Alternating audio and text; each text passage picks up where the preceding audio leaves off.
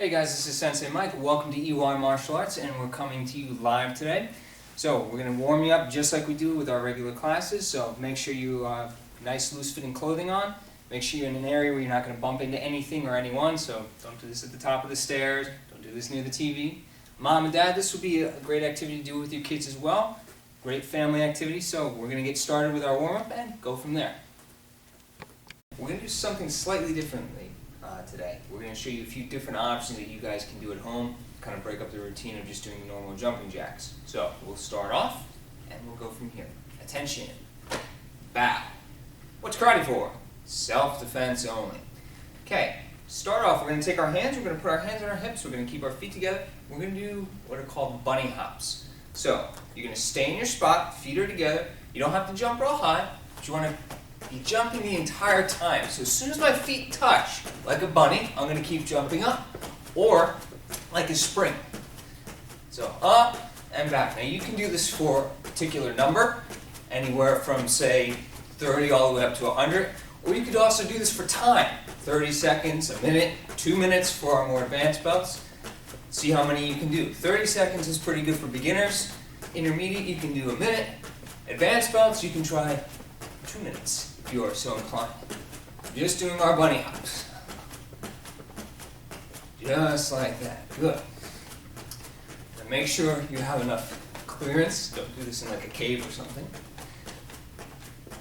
Now from here, you can add to this. You're going to jump up. You're going to tuck up your knees. So as I'm doing this, I jump up, tuck my knees up. So try to bring my knees up to my chest. So you're bunny hopping, and jump. And make sure you land. And go. Go. And go. One more. Go. Good. Feet shoulder width, hands back on your hips. Rotate your head.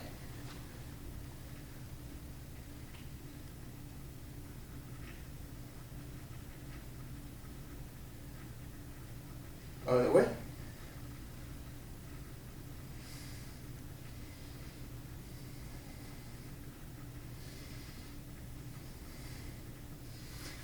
Rotate your arms.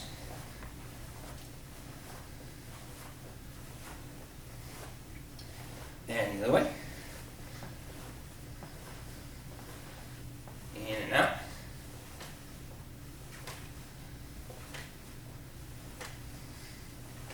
And up and down.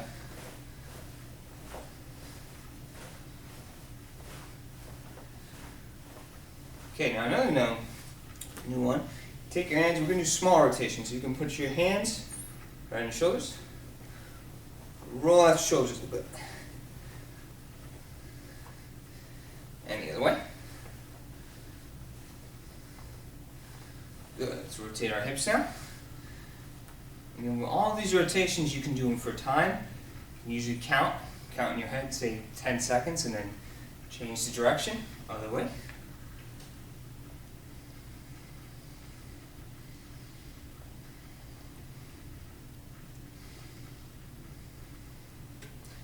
Okay, feet together. Bend your knees and rotate those knees. Get them nice and loosened up. And the other way.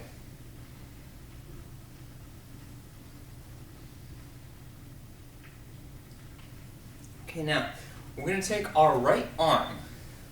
We bring our right arm across, almost like we're pointing. Take our left arm right about where our bicep and our tricep is. We're going to go here, almost like we're clamping it. And what you're going to do is you're going to pull your right arm just like that. So you're going to feel it right here.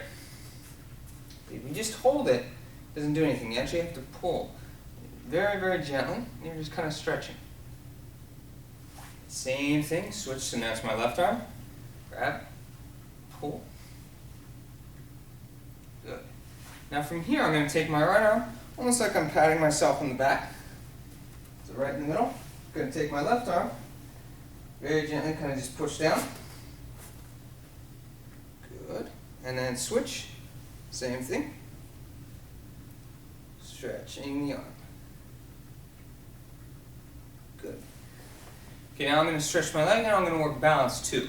So what I'm going to do is I'm going to pick up my right leg, grab my knee, nice and easy, just try to hold my position. If you feel like you're going to fall, put your foot down, and then switch.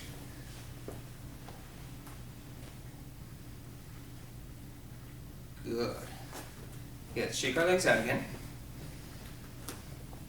Okay. Now instead of our usual planks, we're going to show you two other exercises that you can do that are good for your core and good for your stomach. One is crunches, the other one is sit-ups. We're going to start with crunches first. Now, there are different ways to do this. This is the way that I was always taught to do crunches and the way I like to do them. You're going to lie on your back, keep your head off the ground, take your feet, cross your feet. Take your hands, put your hands behind your head, just like this, like you're resting or relaxing. And what you're going to do is you're going to bring your elbows and your knees together. And by doing so, you're going to crunch your stomach muscles, hence the name crunches. You don't want to strain your neck, so I'm not pulling my head up with my hands. I'm just bringing my elbows and my knees together. Crunching my stomach. Crunching my stomach. So you don't have to go incredibly fast. You can go slow, or you can go faster, and you see how I'm using my stomach to bring myself together. Sit-ups can be done a few different ways. You can do these with a partner. If you don't have a partner, you put your feet flat on the floor, keep your knees together. Now from here, and this is what makes sit-ups a very good exercise, because you can kind of customize it depending on your skill level. So for beginners, you can have a partner hold your feet down. You can also, if you have, say, a chair or a couch, you can put your feet underneath, but just be very, very careful that you don't get your toes caught. Hands are behind your head. You lay flat on the floor. You bring yourself up and back down. Up and back down, just like that. That's kind of your basic beginner level. Now for more advanced belts, there are a few different things you can do. You can cross your arms here and completely use your stomach and don't have your arms behind you. Because sometimes when you do this, you're going to use your stomach, but you might start to use your arms a little bit. You don't want to do that, but when you're a beginner, you might be doing that. Other things you can do, and mom and dad, you can do this with your kids as well. Come up, they can hold pads if you have pads, or just hold your hands out, punch, punch. Like to come up, 1, 2. So this is a great way to work my punches as well. And then there are other variations where I can cross, come up, and touch one elbow to the opposite knee. All kinds of different ways. Besides doing this with us, research too, because you might find variations that can help you and challenge you more. That's what I tend to do to bring new exercises to you guys. So for crunches, you can do them again for time. You could do 30 seconds for a beginner. Intermediate, try a minute. Advanced, go up to 2 minutes. Or you can do a specific number. Try to do 25. If you can't do 25, see if you can do 10.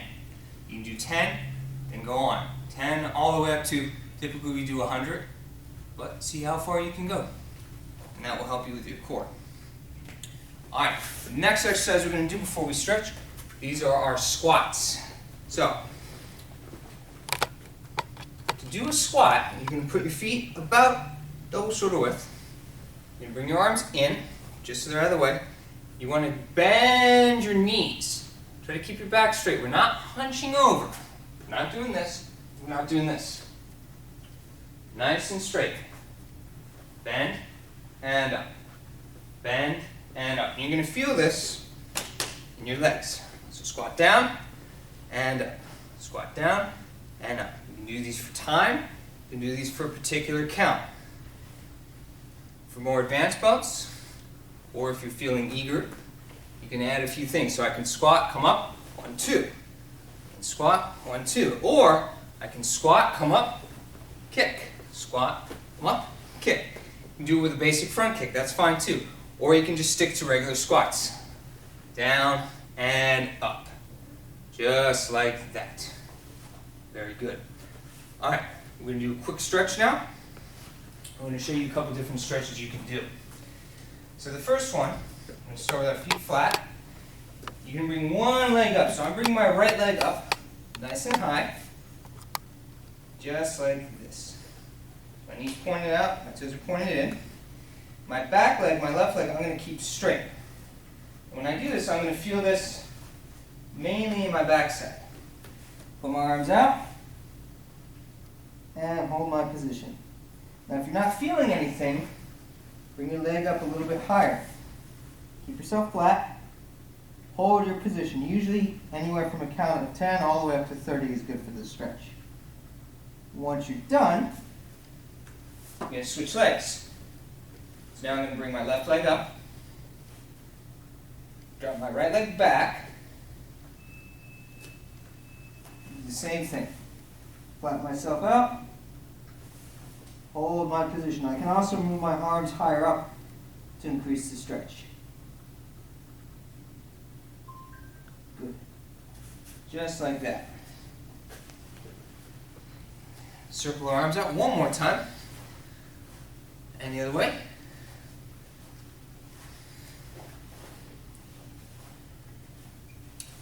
Alright, we're going to do a slightly different stretch. We're going to do a little bit of our superfoot stretching.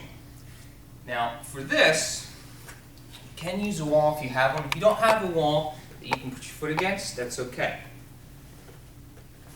So we're going to start off with legs about double shoulder width apart. You're going to take your hands, you're going to put your hands just on the ground. Not too far in front,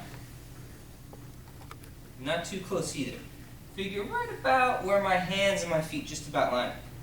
So what we're going to do is we're going to hold our position for the count of 10. So 1, 2, 3, 4, 5, 6, 7, 8, 9, 10. Now I want you guys to pretend one foot is stuck to the ground. Maybe there's gum underneath. And you can't move it. You can pivot on it, but you can't lift it up. The other foot you can move though. So that foot, you're going to slide out just a little bit. Not too far, and we're going to do a count of 10 again. 1, 2, 3, 4, 5, 6, 7, 8, 9, 10. Same thing. Slide that same foot out just a little bit more. And hold your position. Counting to 10 again. 1, 2, 3, 4, 5, 6, 7, 8, 9, 10. One more time. Slide out a little bit more. 1, 2, 3, 4, 5, 6, 7, 8, 9, 10. And one more for good luck. We'll go to 5. Slide it out. And 1, 2, 3, 4, 5, 6, 7, 8, 9, 10. Now nice and easy, bring both legs back in. And just kind of shake the legs out so they're nice and loose.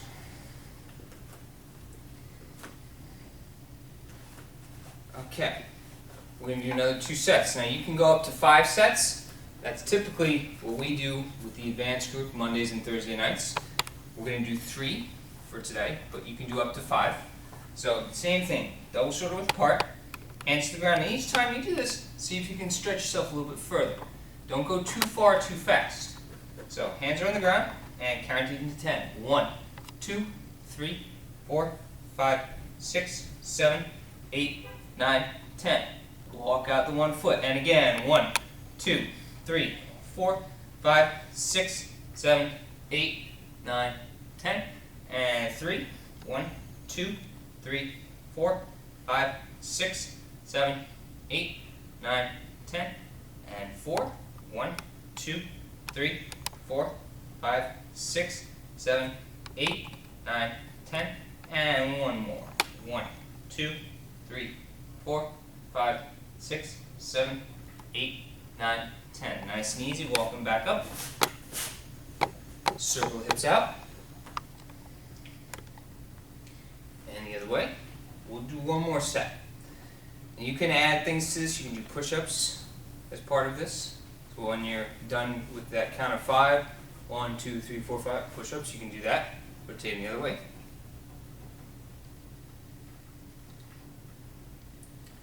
Alright, we're going to do one final set for you guys.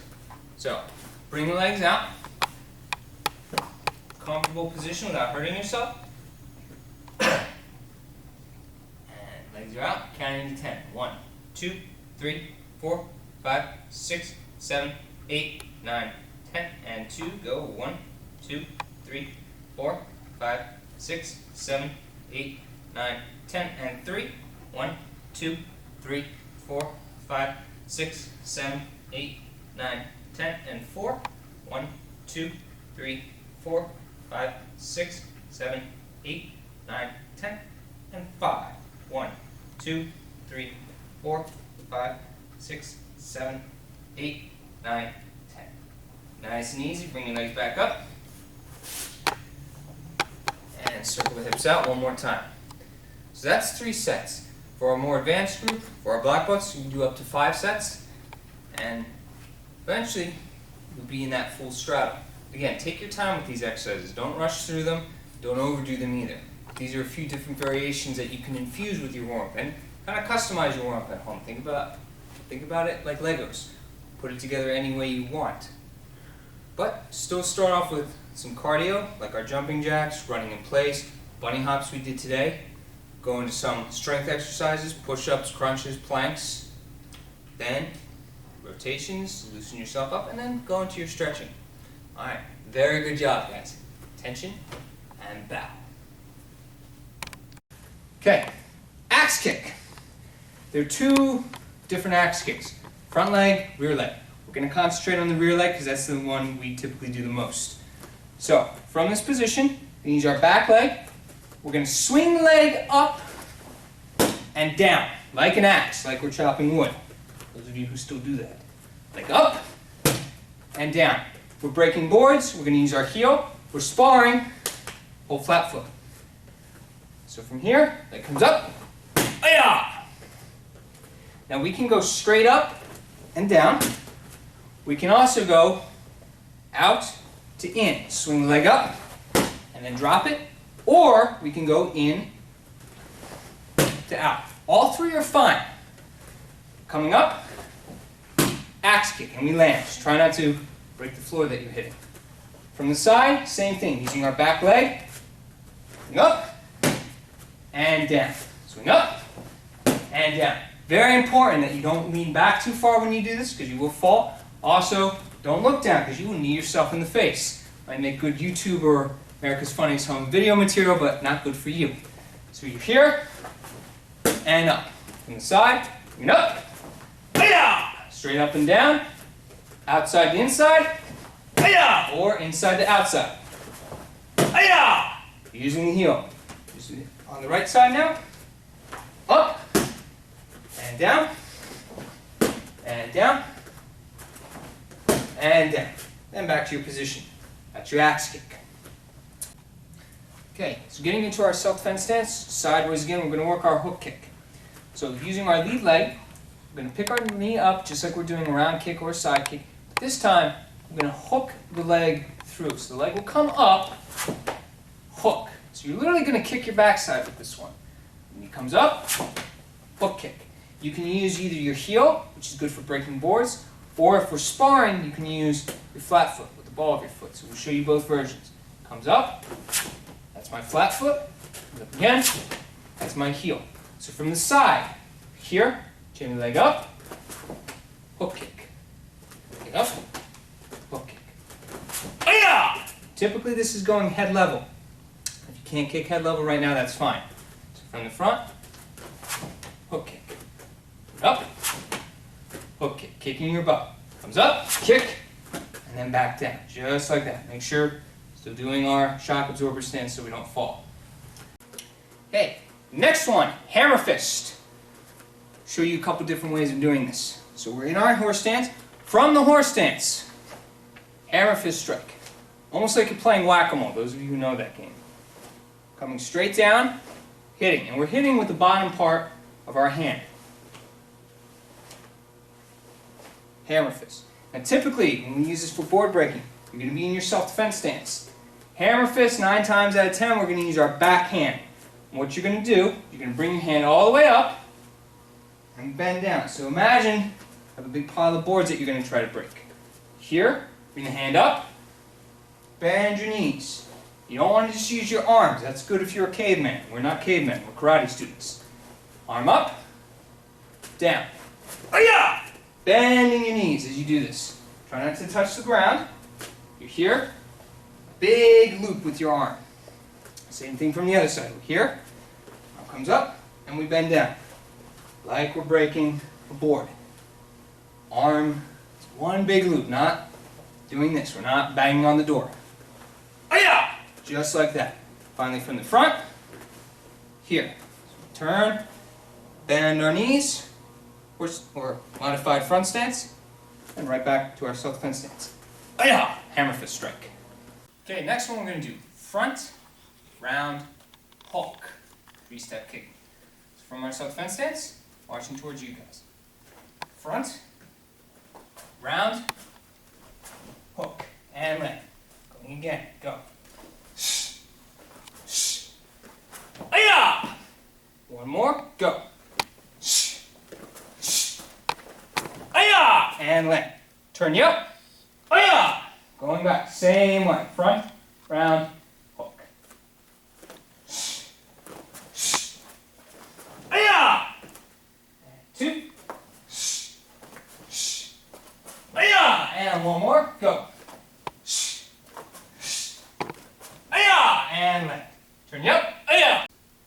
Front, round, hook, and land. Going again, go. Aya! One more, go.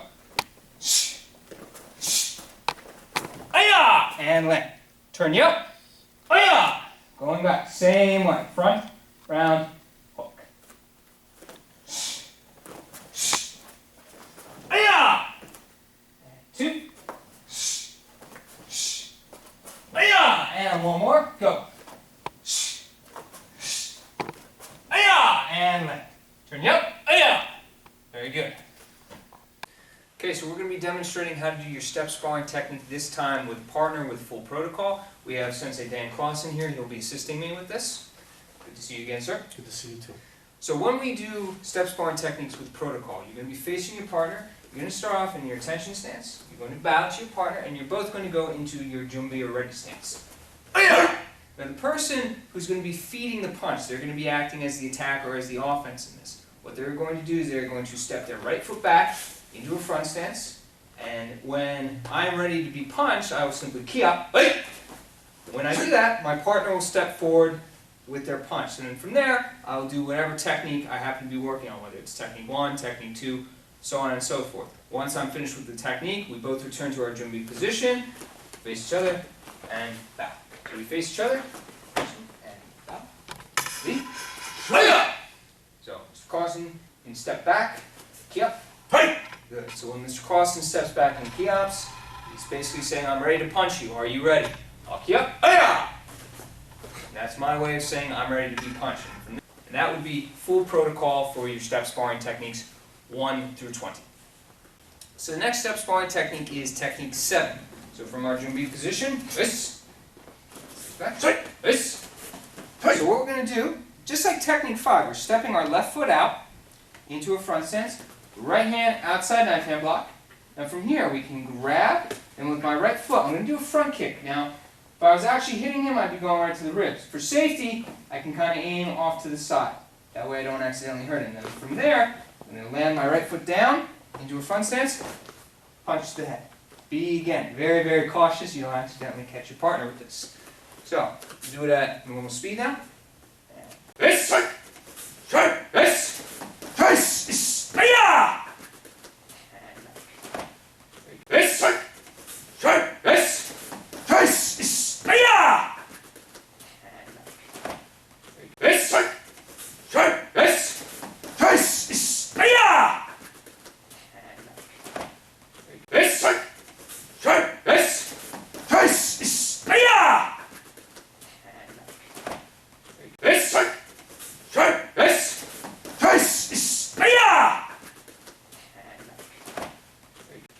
Technique 8, even number, so we're going to step with our right foot.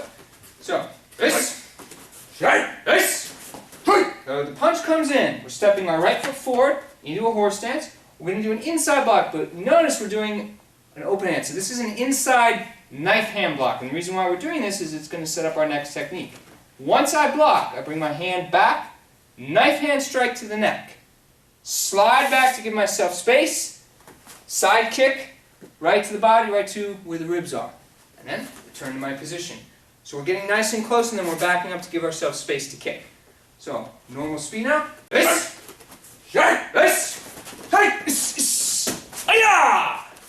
and back to June B. This,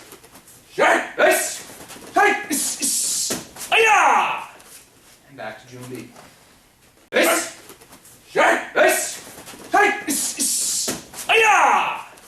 and back to June B. This,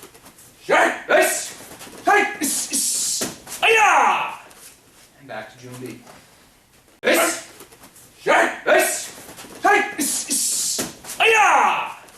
and back to June B.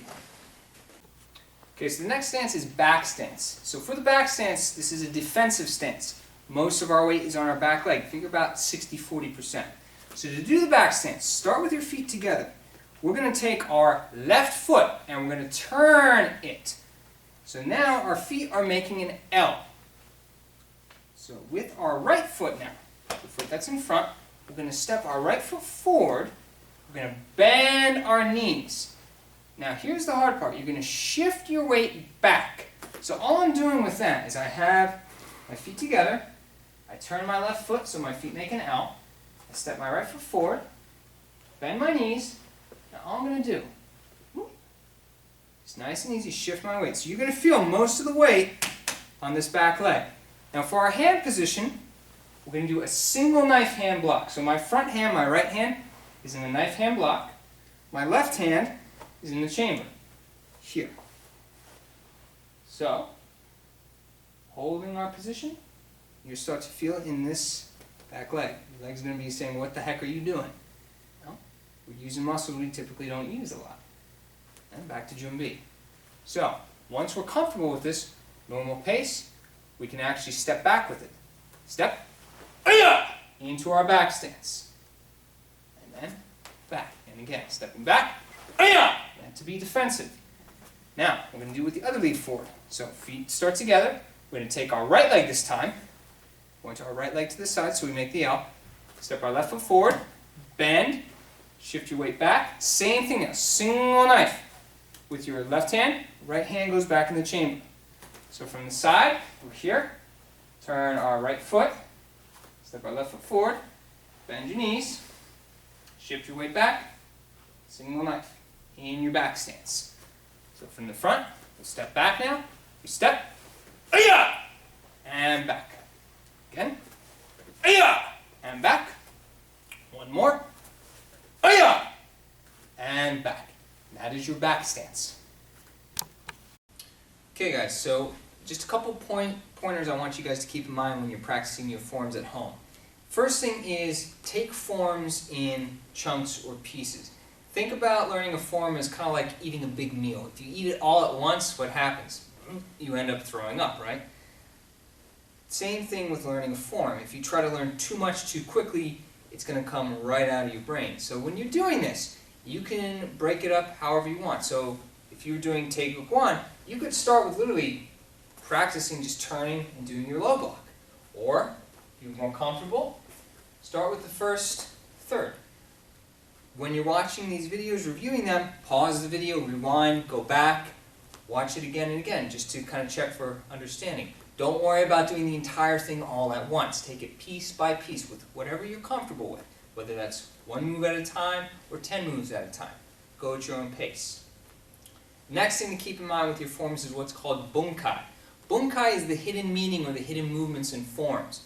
This is not something you guys got to overly stress about, but each form, you're not just doing movements for the sake of doing them. There's a purpose, there's a reason behind them. A lot of these forms are how martial arts survived over the years. So when you're doing some of your forms, think about the motions. How could you apply them? How could they be used? So the obvious and most easiest ones, for example, from Taeguk 1, I'm blocking somebody, stepping through and punching them. But take a more complicated form. Say, for example, Xiang Ni, one of our black belt forms. The first motion I'm doing is this block, and then I'm coming here doing this weird motion. You might be thinking, what the heck am I doing? Well, I'm blocking somebody, but then I'm stepping through. I'm trapping their arm, I'm wrapping it so they can't use it, and then I'm striking them with two attacks of my own. So when you're doing your forms at home, think about that. How could I use this? So maybe somebody's grabbing me, I'm breaking their grip. Or maybe I'm doing this motion, maybe I'm stepping and blocking, or maybe I'm grabbing them and I'm throwing them. When you're practicing your forms, make each technique count. This is the last big thing I want you guys to imagine. If you're doing your form and you're kind of just going through the motions, what you're going to do as you practice. So when you practice a form, you want to be focused on it. Imagine each technique you do. Would it break a board? Ask yourself. So if you're going, well, techniques aren't as good as they could be. Another thing you could do is imagine you're sparring invisible opponents. Maybe they're ninjas. Who knows? So when you're doing a motion, motion should be strong. That punch should break a board if there was a board presented. Or if I'm doing a kick, kick should have snap. All the good fundamentals that we go over should be there. You don't need a lot of space to practice your form at home either. I could do takeout 1,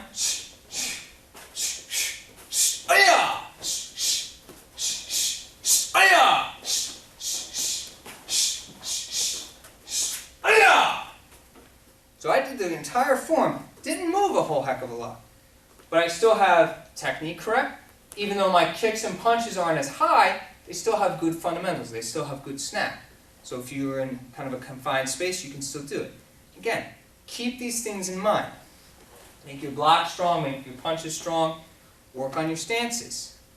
Make sure your front stance, nice and good. Make sure your back stance, your walking stance. All these things to keep in mind. So, take your forms slowly, bit by bit. Don't rush through them. Make each technique count. Your punches, your blocks, your kicks, make sure they're strong, they have snap, they have speed. Go through the forms slowly. Again, think about how you can use these movements. It's a block, but could it be something else, or could it be applied another way? A little food for thought for you guys. Alright, so Taegeuk 3, this is for high green belt. B. Taegeuk 3, so looking left. Walking stance, left hand low block. Right leg front kick, land front stance, right punch, left punch. Turn, right foot forward, right hand low block. Left front kick, left punch, right punch. Down the middle. Left leg forward, walking stance, right hand knife hand strike. Step your right foot forward, left hand knife hand strike. Then turn towards our left, back stance. So most of our weight's on our back leg. Left hand, single knife. Adding our dynamic tension. Then from there we're going to slide our left foot out into a front stance, right punch. Turn towards our right. Same thing now. Right foot forward, back stance, right hand, single knife. Slide our right foot out, front stance, left reverse punch. Down the middle, walking stance. Left foot forward, right hand inside block. Step your right foot forward, left hand inside block. We leave our right foot where it is. We're going to do 3/4 turn. And now, just like the beginning of the form, we have our left foot forward, left hand low block, right front kick, land, punch with our right hand, punch with our left hand. When we turn, right foot forward, right low block, left front kick, left punch, right punch. Down the middle, walking stance, left foot forward, left low block, right punch. Step your right foot forward, right low block, left punch. Now with our left leg. Left front kick, left low block, right punch, then right front kick, right low block, left punch, Aya! And back to Junbi, and bow. Alright, so Taegeuk 3, this is for high green belt. Junbi, Aya! Taegeuk 3, so looking left. Walking stance, left hand low block. Right leg front kick, land front stance, right punch, left punch. Turn, right foot forward, right hand low block. Left front kick, left punch, right punch. Down the middle. Left leg forward, walking stance, right hand knife hand strike. Step your right foot forward, left hand knife hand strike. Then turn towards our left, back stance. So most of our weight's on our back leg. Left hand, single knife. adding our dynamic tension. And from there, we're going to slide our left foot out into a front stance, right punch. Turn towards our right. Same thing now. Right foot forward, back stance, right hand, single knife. Slide our right foot out, front stance, left reverse punch. Down the middle, walking stance. Left foot forward, right hand inside block. Step your right foot forward, left hand inside block. We leave our right foot where it is. We're going to do 3/4 turn. And now, just like the beginning of the form, we have our left foot forward, left hand low block, right front kick, land, punch with our right hand, punch with our left hand. When we turn, right foot forward, right low block, left front kick, left punch, right punch. Down the middle, walking stance, left foot forward, left low block, right punch. Step your right foot forward, right low block, left punch. Now with our left leg, left front kick, left low block, right punch, then right front kick, right low block, left punch, ayah! And back to Jumbi, and bow. Now we'll do Taegeuk 3, normal speed. Ayah! Taegeuk 3.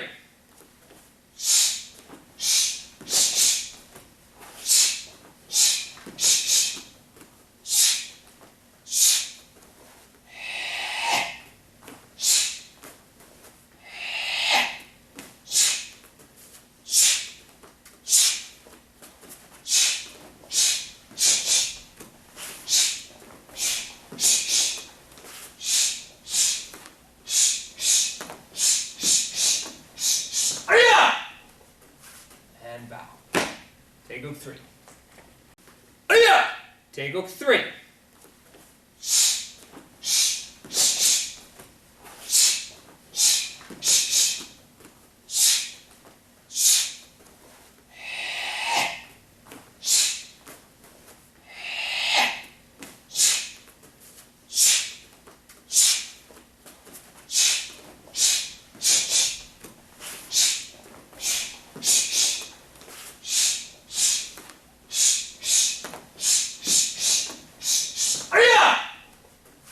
And bow.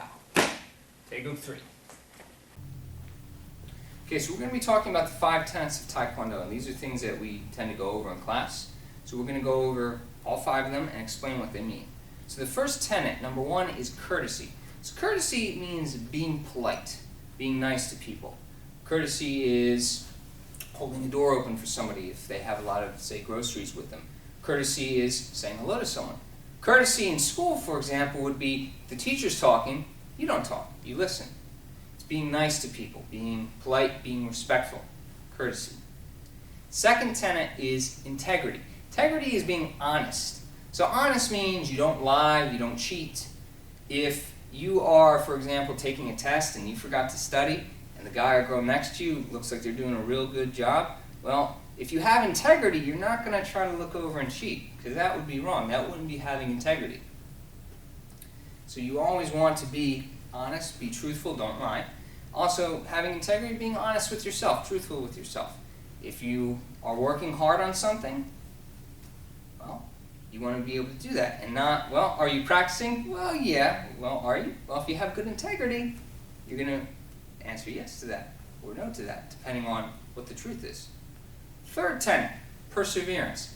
Perseverance means you don't quit, you don't give up. So if you're training, you're trying something new for the first time and it's hard or it's difficult, you keep working through it. You don't do it once, don't succeed, and then say, I can't do it, and then give up. So perseverance is always trying, always working through something. Tenet number 4 is self-control. So self-control, if we break it down real easy, is controlling yourself. It's different from external control or force. That would be, you come home, mom and dad say, you do this or this will happen. So do your homework or no video games, for example. Self-control would mean you come home, mom and dad aren't home. You have a choice. Well, I can either do my homework like I'm supposed to, or I can play video games. If you have self-control, you will know, okay, I have to do my homework first, then I'll play my video games. Or mom and dad say, okay, eat your dinner, then you can have your dessert. Good self-control, you eat your dinner first, knowing that that's what you have to do, then you have dessert. Without the threat of somebody else on top of you saying, if you don't eat your dinner, you're going to get punished or you're going to get grounded. Self-control is making that choice for yourself to do the right thing. The fifth tenet is indomitable spirit. It's a big word for some of you guys, so it's indomitable, not abominable, indomitable. So if we take the root word, dominate, indomitable means you cannot be dominated, you cannot be beaten. This is similar to perseverance. Basically, indomitable spirit is an unbreakable will, an unshakable will. No matter what obstacles are put in your way, you're going to work through them. So if you are studying at school and you want to be a lawyer or a teacher or a doctor or whatever, you take your first test and you fail. If you have indomitable spirit, you're going to keep trying and you're going to keep working through that. You're not going to let one little slip up, one little knockdown keep you on the ground. You're going to get up and you're going to keep trying and you're going to keep working towards whatever your goal is. And it might not be easy, it might be difficult, it might take a longer time than you want, but if you have indomitable spirit, you're going to keep working until you reach your goal. And that's important not only in martial arts, guys, but in everything that you do, because not everything is going to come easy. So again, our 5 tenets: number 1, courtesy; number 2, integrity; number 3, perseverance; number 4, self-control; and number 5, indomitable spirit. Green belt self-defense techniques, we have bear hug, arms pinned, arms free. Bear hug is a very common technique. It's not a very effective technique in the sense that trained people use it. However, it is very, very devastating if somebody bigger locks up onto you. So we want to know how to escape from this. So we're going to start off with the bear hug. Our arms are going to be free. So I'm here, I'm standing around, all of a sudden, bear hug is here. Now just like avoid being lifted, the danger is if he picks me up, because now he can throw me to the ground, he can move me, he can hold me, and a bunch of people can beat me up. So I want to immediately get him off of me. So this is another way of doing this. So he's here. What I'm going to do is, I'm going to base out. Not the full base that I did on the other one, but I'm basing out here just to buy myself time, because it makes it harder for him to lift me. My center of mass is down. Now from here, I'm going to pick one of his feet. Doesn't matter which one. I'm going to simulate, boom, stomping on it. In real life, I stomp on it, he's going to take his weight off his foot, just for a split second. And after that, I'm going to bend down, and I'm going to pick up his legs. So he's here, base out, stomp, bend down, grab his ankle, and then, just like we did before, straight up. And then from there, I can strike to the groin, literally following his leg, boom, straight down, or whatever else is necessary to stop the threat. Be very careful when you do this to your partner. So we'll go from the front, here, base out. I can also cover his hands so he can't lift, he can't use them. Going to stomp, doesn't matter which foot I use, I can stomp at this foot, whatever is closer, whatever is easier. And immediately after I stomp, grab, and straight up. You're not straining yourself, I'm lifting straight up. If I kind of like that, it's not going to work. And then from there, follow. Sorry, Sexy Anthony. Very good. Bear hug, arms pinned. So I'm standing here and all of a sudden, arms are pinned. And this is very, very dangerous because I can't use my arms to defend. So from the side, he's got me pinned and he's holding real tight. So the first thing I need to do is I need to make space. So what I'm going to do is I'm going to basically, what we do in every class, we're going to bow. So I'm going to bump back with my backside. Now from here, I've got a little bit more space. Now if he's still got a grip on me, or he's got less of a grip, I still have to create more space. So from here, I'm going to step out to the side, and I'm going to use my elbow. Boom, boom, elbowing to his stomach, to the body. I'm not going to elbow here, because look what I'm hitting. Nothing. He doesn't care if I hurt the air. He does care if I hit this. So I'm elbowing to make more space, and then from there I can turn, follow up with punches, knees, whatever I need to do. So from here, grabbing, bump back. And just like all of our techniques, you can still practice your verbal assertiveness, still use it. Even as you're doing the technique, he could be grabbing me. Goes to grab, arms pinned, go ahead. Get off, get off! And I can still do that. Nothing's saying you have to use your verbal assertiveness first, then do the technique. Do them at the same time. Okay, the next thing we're going to talk about is the difference between sparring, fighting, and also self-defense. Because these are 3 things that a lot of people get confused about. So let's start with sparring. Sparring is a sport. You have equipment, you have safety gear, you have rules, you have referees. If somebody gets hurt, if there's an issue, the match is immediately broken up. Sparring is a sport. Any sport. So karate, taekwondo, Brazilian jiu-jitsu, MMA, as violent as they can be, they're still a sport. There's still a set rule that you must follow in that sport. And if you break that rule, you get in trouble. And if somebody gets injured, there's doctors standing by, there's EMTs, there's people that can help you. That is the sport. Fighting. Fighting is very, very different. Fighting is not good. And the main difference between fighting and self-defense and sport is consent. You are choosing to engage in this. You're choosing to be there. If somebody bumps into you and they get really mad at you and they start yelling at you and saying all kinds of mean things, you don't have to stay there and engage with them. So if somebody knocks into me and they go, "Oh, what's your problem? Why aren't you looking where you're going?" Well, if I start saying, "Well, why don't you look where you're going?" and now I'm yelling back and forth, and the next thing you know, we're shoving and pushing each other, I'm choosing to do that. Now I'm in a fight. Over what? I bumped into a guy. So if somebody bumps into me, "Hey, what's your problem?" "Sorry, I wasn't paying attention." And I keep going. I'm looking to diffuse the situation. Think of it as like if I've got a little fire here, I don't want to put gasoline on it. Because then what happens? It gets bigger. So it's a little fire, I'm going to put that out real quick. And now, fire's gone. It's been smothered. It's the same thing here. I want to diffuse, I want to try to get out of there. So somebody's calling me names, making fun of me. Hurts, I know, our pride, but your pride will heal. Much, much easier than punches and bruises or getting in trouble in school, or if you're an adult getting in trouble, losing your job, things like that. So you don't want to fight. Fighting, again, consensual. Somebody bumps into you, somebody's cursing at you or saying all kinds of things. Swallow your pride and, hey, I want a problem. And you look to get out of there. You look to leave. Look to diffuse the situation. Self-defense is a lot different. Self-defense is when somebody is leaving me no choice but to defend myself, either physically or using some of my other tactics, such as walking away, such as using my voice to tell them to stop, to leave me alone. It doesn't always have to be punch, kick, and takedown, and armbar, and things like that. So if, using our example from before, if somebody knocks into me, or I knock into them by accident, they're getting upset with me, "What's your problem?" "Sorry, man, wasn't paying attention.